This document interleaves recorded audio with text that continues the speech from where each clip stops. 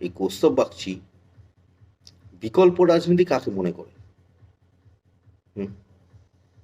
এটা আমার জিজ্ঞাস্য। বিকল্প রাজনীতি কৌস্তব বাগচি কাকে মনে করে? শুভেন্দু অধিকারীর সাথে কেন ঘুরল? তাহলে এটা তো বিশ্বাসঘাতকতা। এর পেছনে এটা যদি কৌস্তব বাগচি যদি আলাদা কোনো দল তৈরি করার প্ল্যান করে থাকে, সেটা করতেই পারে।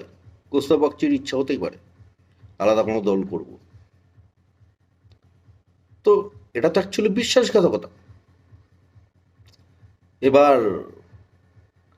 আমার যেটা মনে হয়, এই কৌস্তব বাগচির মাথার ওপর রাহুল গান্ধী, সোনিয়া গান্ধী, কংগ্রেস রয়েছে, টোটাল ইন্ডিজোটটা রয়েছে।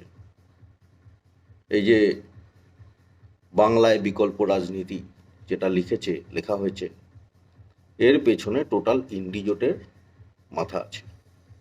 এই কৌস্তব বাগচিকে দিয়ে গেম খেলাচ্ছে ইন্ডিজোট।